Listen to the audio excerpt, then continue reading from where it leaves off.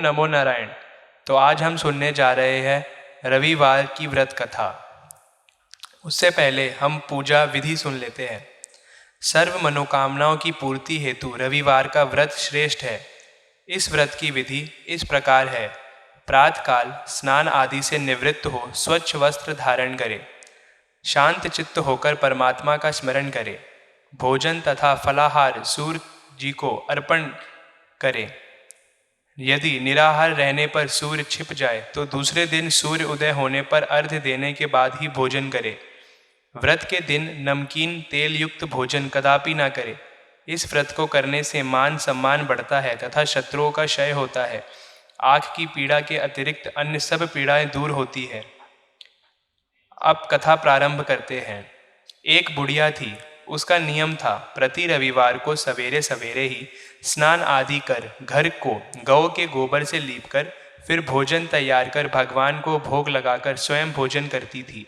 ऐसा व्रत करने से उसका घर अनेक प्रकार के धन्य धान्य से पूर्ण था। श्री हरि की कृपा से घर में किसी प्रकार का विघ्न या दुख नहीं था। सब प्रकार में घर में आनंद रहता था। इस तरह कुछ दिन बीत जाने पर उसकी एक पड़ोसन, जिसकी गौ का गोबर वह बुढ़िया लाया करती थी, विचार करने लगी कि यह वृद्धा सर्वदा मेरी गौ का गोबर ले जाती है, इसलिए अपनी गौ को घर के भीतर बांधने लगी। बुढ़िया को गोबर ना मिलने से रविवार के दिन अपने घर को ना लीप सकी, इसलिए उसने ना तो भोजन बनाया ना भगवान को भोग लगाया तथा स्वयं भी भोजन नहीं किया। इस प्रकार उसने निराहार व्रत किया। रात्रि हो गई और वह भूखी सो गई। रात्रि में भगवान ने उसे सौपन दिया और भोजन न बनाने तथा लगाने का कारण पूछा। वृद्धा ने गोबर ना मिलने का कारण सुनाया। तब भगवान ने कहा कि माता, हम तुमको ऐसी गौ देते हैं जिससे सभी इच्छाएं पूर्ण होती हैं, क्योंकि तुम हमेशा रविवार को गौ के गोबर से घर को लीपकर भोजन बनाकर मेरा भोग लगाकर खुद भोजन करती हो। इससे मैं खुश होकर तुमको वरदान देता हूँ।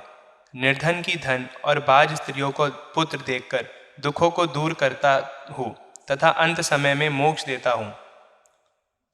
स्वप्न में ऐसा वरदान देकर भगवान तो अंतर ध्यान हो गए और वृद्धा की आँख खुले तो वह देखती है कि आंगन में एक अति सुंदर गौ और बछड़ा बंधे हुए हैं। वह गाय और बछड़े को देखकर अति प्रसन्न हुई और उसको घर के बाहर बांध दिया और वही खाने को चारा डाल दिया। जब उसकी पड़ोसन ने बुढ़िया के घर के बाहर एक अति सुंदर गौ और बछड़ा देखा तो द्वेष के कारण उसका हृदय जल उठा और उसने देखा कि गाय ने सोने का गोबर किया है, तो वह उस गाय का गोबर ले गई और अपनी गाय का गोबर उसकी जगह पर रख गई। वह नित्य प्रति ऐसा ही करती रही और सीधी साधी बुढ़िया को इसकी खबर भी नहीं होने दी।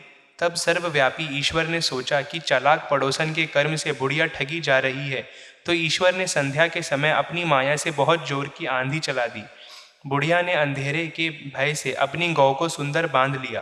प्रातःकाल जब बुढ़िया ने देखा कि गौ ने सोने का गोबर दिया है तो उसके आश्चर्य की सीमा नहीं रही और वह प्रतिदिन गौ को घर के भीतर बांधने लगी। उधर पड़ोसन ने देखा कि बुढ़िया गौ को घर के भीतर बांधने लगी है और उसका सोने का गोबर उठाने का दाव नहीं चलता, तो वह ईर्ष्या और ढा से जल उठी और कुछ उपाय न देख पड़ोसन ने उस देश के राजा की सभा में जाकर कहा, महाराज, मेरे पड़ोस में एक वृद्धा के पास ऐसी गौ है जो आप जैसे राजाओं के ही योग्य है। वह नित्य सोने का गोबर देती है। आप उस सोने से प्रजा का पालन करिए। वह वृद्धा इतने सोने का क्या करेगी? राजा ने यह बात सुन अपने दूतों को वृद्धा के घर से गौ लाने की आज्ञा दी। वृद्धा प्रात ईश्वर का भोग लगा भोजन ग्रहण कर ही जा रही थी कि राजा के कर्मचारी गौ खोल कर ले गए। वृद्धा काफी रोई, चिल्लाई, किंतु कर्मचारियों के समक्ष कोई क्या करता। उस दिन वृद्धा गौ के वियोग में भोजन ना खा सकी और रात भर रो रो ईश्वर से गौ को पुनः पाने के लिए प्रार्थना करती रही। उधर राजा गौ को देखकर बहुत प्रसन्न हुआ, लेकिन सुबह जैसे ही वह उठा सारा महल गोबर से भरा दिखाई देने लगा। राजा यह देख घबरा गया। भगवान ने रात्रि में राजा को स्वप्न में कहा कि हे राजा, गाय को वृद्धा को लौटाने में ही तेरा भला है। उसके रविवार के व्रत से प्रसन्न होकर मैंने उसे गाय दी थी। प्रातः होने पर राजा ने वृद्धा को बुलाकर बहुत से धन के साथ सम्मान के सहित गौ और बछड़ा लौटा दिया। उसकी पड़ोसन को बुलाकर उचित दंड दिया। इतना करने के बाद राजा के महल से गंदगी दूर हुई उसी दिन से राजा ने नगर वासियों को आदेश दिया कि राज्य की तथा अपनी समस्त मनोकामनाओं की पूर्ति के लिए रविवार का व्रत करो। व्रत करने से नगर के लोग सुखी जीवन व्यतीत करने लगे। कोई भी बीमारी तथा प्रकृति का प्रकोप उस नगर पर नहीं होता था। सारी प्रजा सुखी से रहने लगी। समाप्त।